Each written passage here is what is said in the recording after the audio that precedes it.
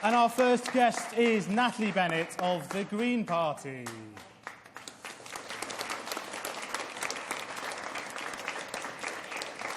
Welcome, Natalie. Great to be here. Thank you very much.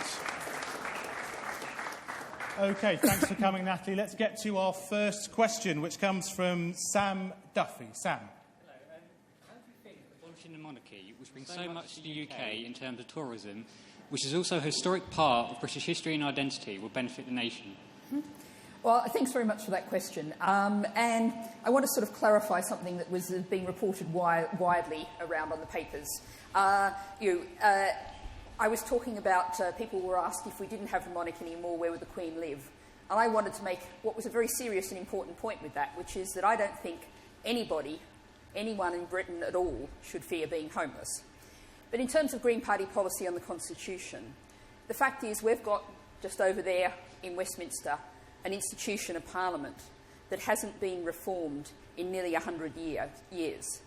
The last big change was women getting the vote, and we're nearly coming up to a century of that. So what the Green Party believes is we need to start again. What we're actually calling for is a People's Constitutional Convention. There could be some people in this room who could actually be members of a constitutional convention, starting with a blank sheet of paper, saying that, well, how do we want to govern ourselves for the 21st century? Now, in the Green Party, we've got lots of ideas about what that should look like. We certainly don't believe there should be an elected House of Lords. We certainly think that we need proportional representation in our elections.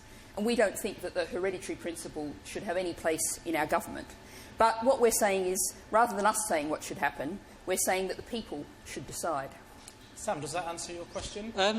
Yeah, I suppose so, it does. I'm still not quite sure. Would you keep the monarch, the Queen, right now? Well, what we're saying is we're calling for a People's Constitutional Convention.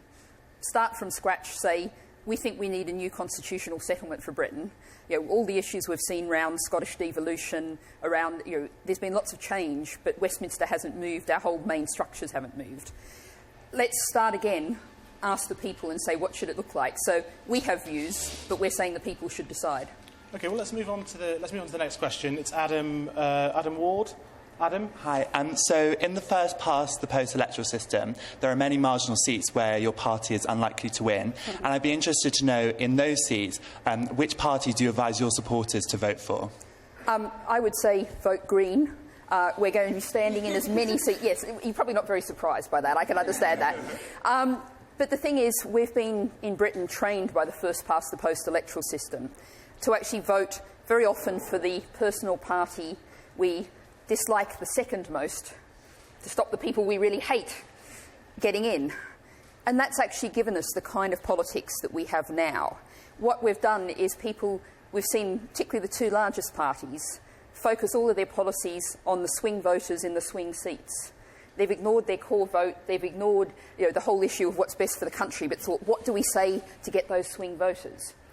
And if voters keep voting the same way, you'll keep getting the same kind of politics. So what we really need to do is actually, what I would urge everyone to do, obviously I'd like you to vote Green, but what I would like you to do is vote for the person, party or policies in your constituency who best represents your views, those policies that really feel like that's the person who I'd like to represent me. And if we do that, and there's a real possibility that what we could see in this election is the Scots showed us the way in the referendum, an 85% turnout.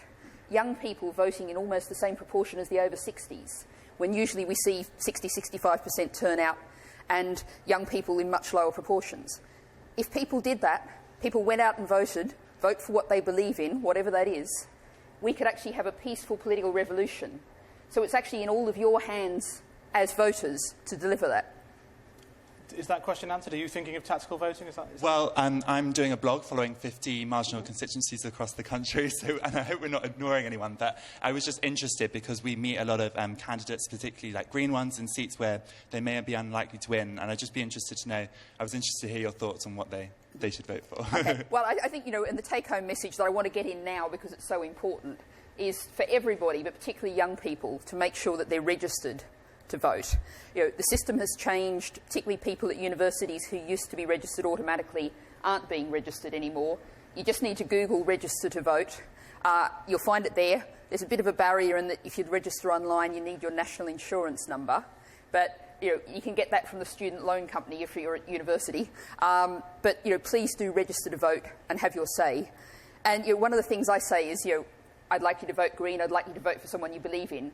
But if there's no one on the ballot paper who you think represents your views, still go to the polling station.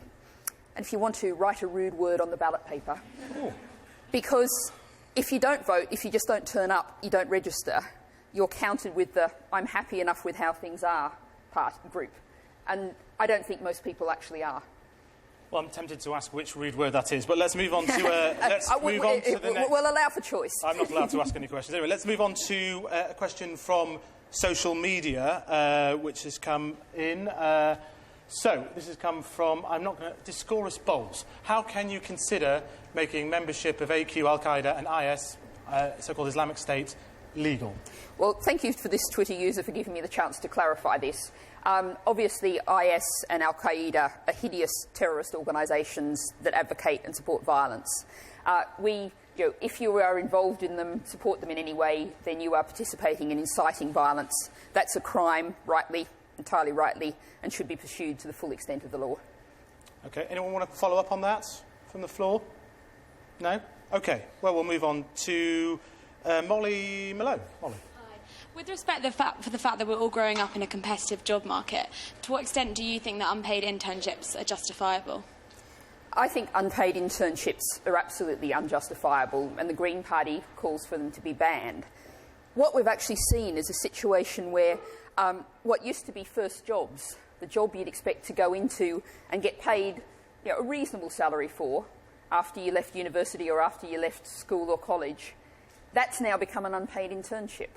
And that, both is deeply unfair in terms of, and you find this particularly in jobs that are particularly sought after. I used to be a journalist, and, I used to be the editor of the Guardian Weekly, and I get people ringing me up, begging to come and work for me for nothing. And that's just not right. And the only people who can afford to do that are those who've got some sort of financial support behind them. So it just perpetuates inequality in our society. And I think, what we've got to do is draw a real line between volunteering. And we all know what a volunteering role and an unpaid internship looks like. Sometimes it's hard to draw a line, but if you're going to go and walk the dogs down at the local dog's home on a Sunday, that's volunteering. Absolutely fine, brilliant. Want to encourage it everywhere.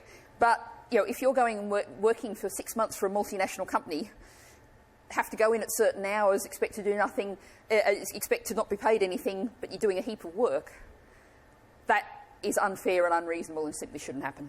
How does that sound to you, Molly? Yeah, good, but with the state of the job market at the moment, how easy do you think it would be to ban them completely? Well, I think what we have to do is simply say, and we want to enforce, at the moment we have a minimum wage that's not enforced. If you have effectively a contract with a company that says you're going to turn up 9 to 5 for 6 months, that's a job, and it should be covered under minimum wage legislation. And of course you might know that we think the current minimum wage is really inadequate. And we think that the minimum wage should be a living wage as a basic standard. So if you work full-time, you should earn enough money to live on. I'm going to spread this out. I know you've all got strong opinions about this, internships, work experience. Who wants to come in on this? Who wants to come in on whether internships should be banned? Lady over here. I agree with Natalie. I think that internships should be banned and, at least the minimum wage should be enforced. The other thing I want to say is, some people actually do end up doing unpaid internships because it's a way to get their foot through the door, it's a way to get experience, it's a way to, hopefully get a job, which usually isn't a guarantee. So I think maybe what we should be looking at is the job market much widely for young people who are graduating and unable to find jobs, who are then forced to get into internships. Yeah. I think that's an important point. I would in no way blame anyone who takes one of these because you're doing what you have to do. The problem is the companies, the organisations that are making this happen.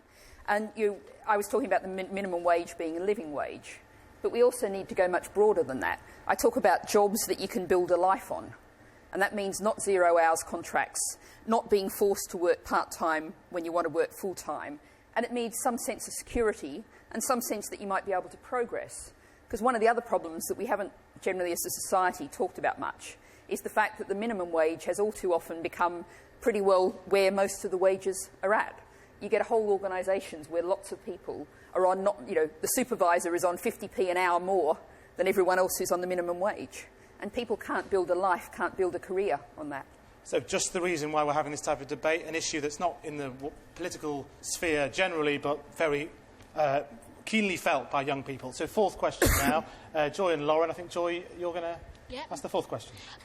So my question to you is, do you think that politics should be taught in schools so that young people actually know what the point of voting is, and maybe it would encourage them to vote more? Do you think it's something that should be inbuilt in the education system?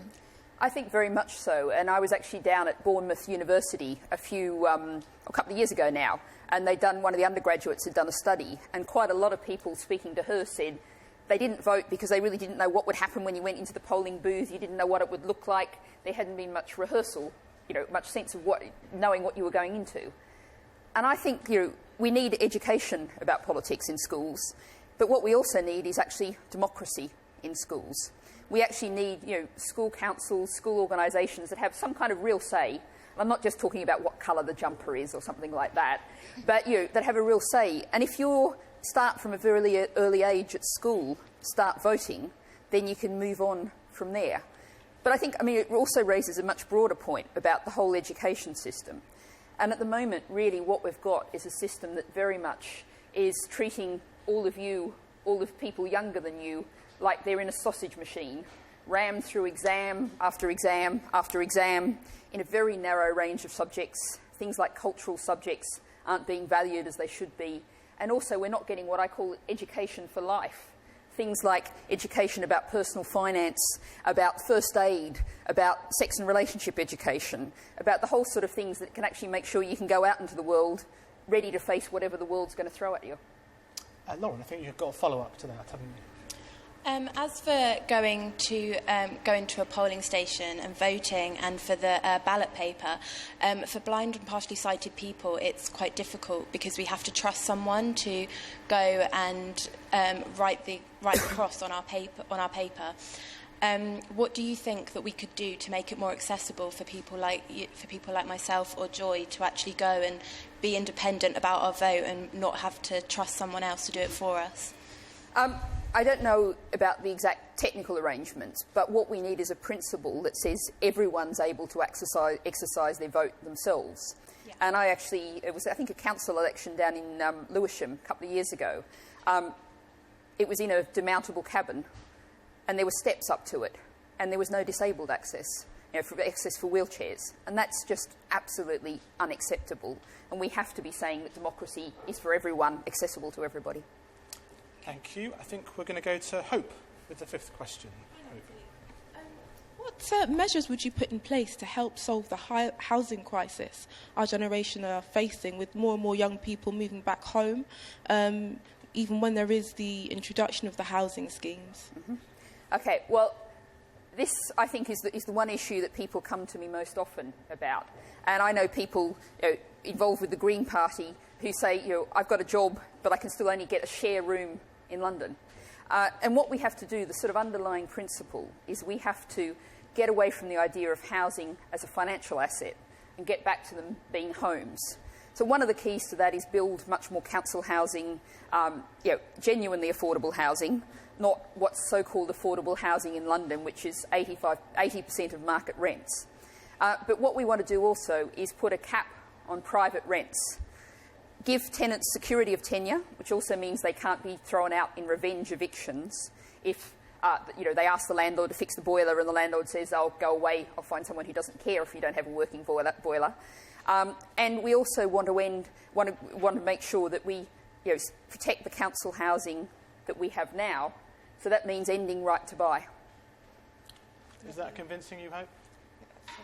Yeah, it is. Well, housing is a big issue. I'm going to spread this out. Some of you must have some thoughts on this gentleman here. Do we have we'll just wait for the microphone to come over and pass you on. Here you go. Why don't you step up? Red mic. Hi, I'm a graduate just come out of university, and I've literally had to move back home because I went to university in the north of England. The big problem I've had is that I've just got a job in the city near to me, which is about 20 miles away. I'm having to travel in every single day to get there. My job doesn't pay enough to get me a house there. I can't look at renting because I have already money to pay off, so I'm in this perpetual loop. And I'm also a computer science graduate, and there's the problem with that of I live in the middle of nowhere, so I can't move to any of the bigger cities to get a job in the field that I'm actually qualified in. How would you see about helping with that? Okay, well, there's a whole lot in there, and low wages, housing costs, to some extent I've already covered. So I think one thing that I'd really like to focus on there is transport and the cost of transport.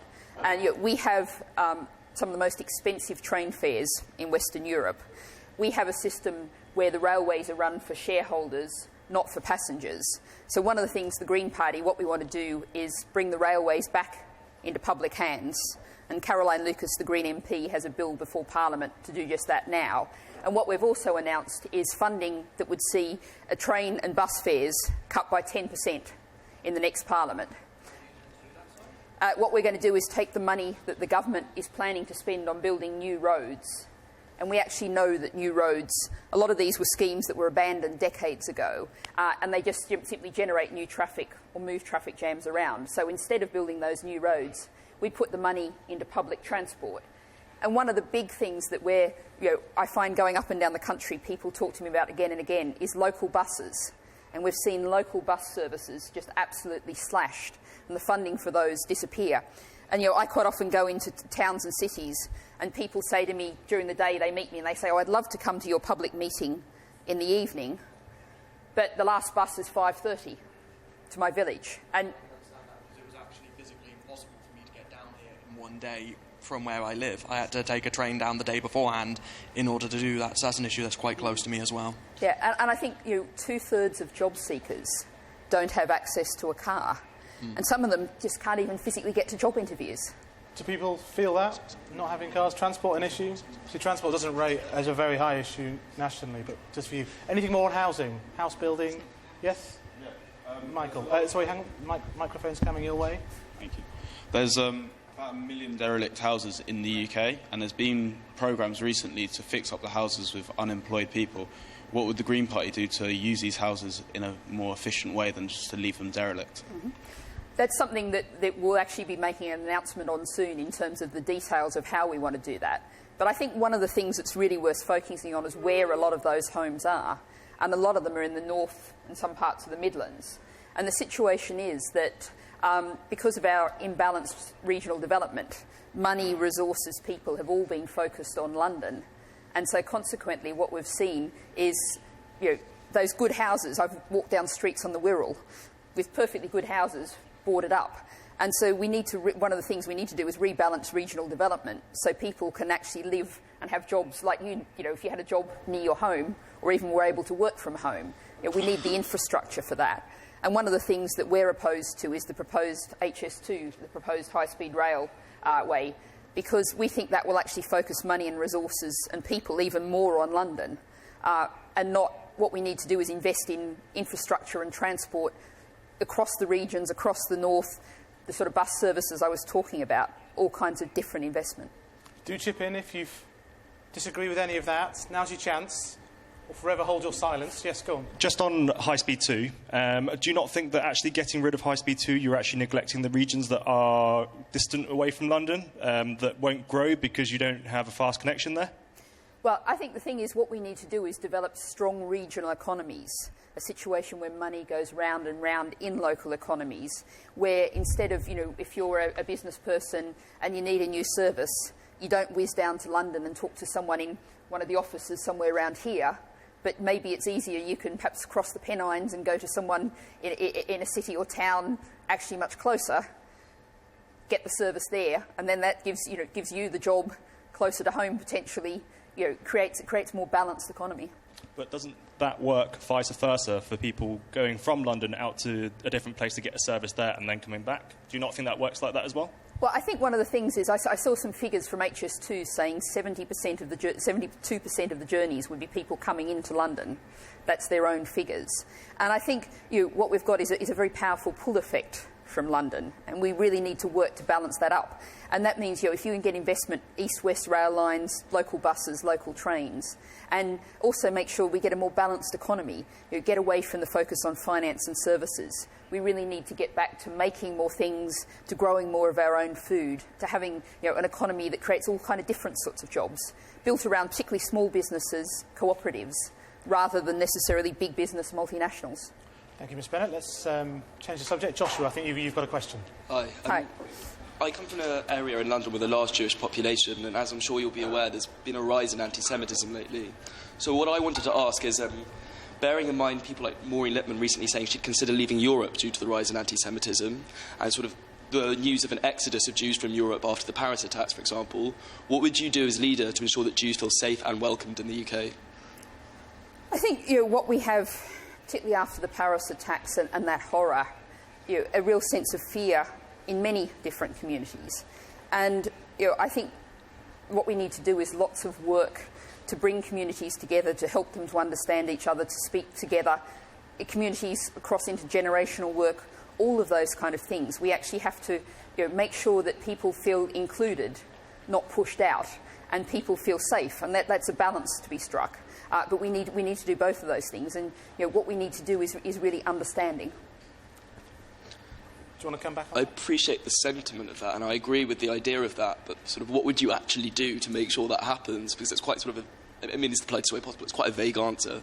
Well, I think what we need to do is fund those kind of projects, get people together, make sure, and it's a broad thing, but we need to make sure people don't feel excluded from our society, and that people, we've got to balance, obviously, basic safety kind of proportions, but we also need to make sure people feel included, educated, supported, and that's really the key.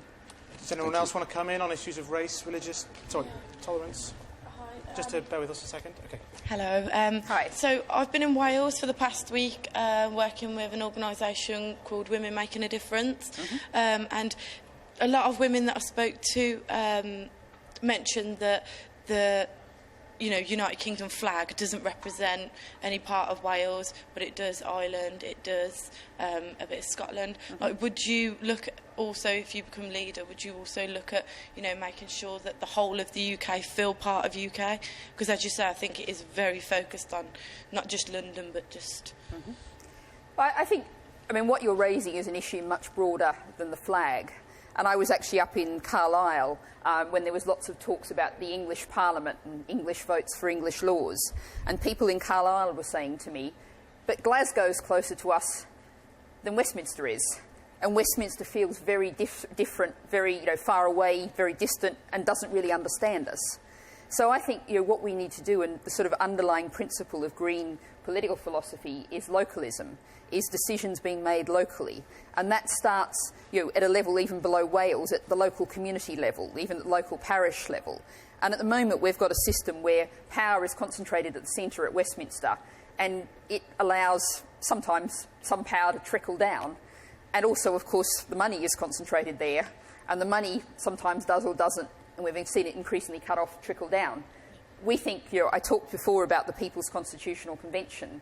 One of the other things we'd be saying to that would be that power has to rest locally, the money, the resources have to rest locally. And that starts at a very local level and only gets referred up when it needs to be. Okay, we're going to move on to Vananda's question. Hello. I've been, through my experiences as a young person growing up, I've come across a lot of young people, a lot of politicians who focus a lot on issues.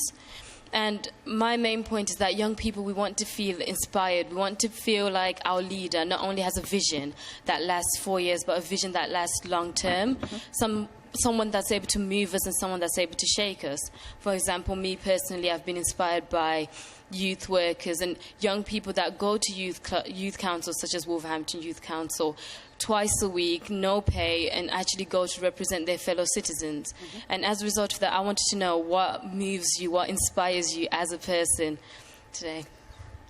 I think I'm going to go back to the very start of my politics, which is I became a feminist at age 5. I didn't actually know the word then, but at age 5 I was told, because you're a girl, you're not allowed to have a bicycle. And at that point I thought, that's not fair or reasonable. Why should, because I'm a girl, stop me doing that. And that sense of fairness and the sense that so many people are stopped from realising their potential doing what they want to do because of unfair rules, society putting restrictions on them, that to me is what kind of drives me in the sense of I want everyone to have a chance for a decent quality of life. Nobody, if you're thinking about next week I might have to go to the food bank or next week I can't pay the rent, you can't live your life to the full. You can't go out and do things with energy and enthusiasm if that worry is there in your head. So we need to give everyone a sense of security and stability so they can then go and do whatever it is they want with their life and not put barriers in their way because of some kind of artificial restriction. And I do now get round London by bicycle. Thank you. A follow-up on sort of a personal question to Natalie. I think there's a question just behind there. You want to come to the front? So you've spoken about sexism, so I was just wondering what you would do, if elected, to encourage young girls and women to want to be politicians, because there is a large underrepresentation of women in Parliament. Very much so. It's absolutely a disgrace that only 23% of MPs are female. And in the Green Party, we're aiming to have 50% of our candidates being female. I don't think we're quite going to get there, but we're aiming. And if any of you are interested, there are still slots available. But I think what we need to do is also change politics. Because if you look at Prime Minister's questions and that argy-bargy yelling across the chamber, making all kind of noises, chicken noises, I don't think that's the kind of quality of debate that most people, sort of 10-year-olds in the playground, would be a bit embarrassed by. So we really need to try and make politics about issues, about ideas, about inspiration that you were talking about, and not about trying to score some points off the other person in a kind of narrow kind of way that's not about the issue, but just because, I got a joke in and my joke was better than his joke. Thanks for that. Tim Dobin. Yeah, hi, but this question follows on from that quite nicely. Because there are 650 MPs, as far as my research goes. 27 of them, I think, from ethnic minorities. Just over 100, I think, are women. How are we ever going to achieve true representation unless we make voting compulsory? Compulsory voting, I think the problem is that turns the problem round the wrong way. It suggests that voters are the problem. And I think, actually, politics is the problem. And so it's up to the politicians to make politics as exciting and involving and make it feel like it's worth voting, rather than just making people sort of trudge down and go, yeah, I've done that, right, I'm not going to get fined. The pressure, the focus should be on the politicians, not on the voters. OK, let's move on to a question from social media, from Sally Roberts. How do you plan to control immigration and those that claim benefits for children who do not live in the UK? OK, well, to start off with, I really want to lay it very clearly on the table that I think we've seen a hideous, damaging, divisive debate on immigration. And we need to stop blaming immigrants for a whole range.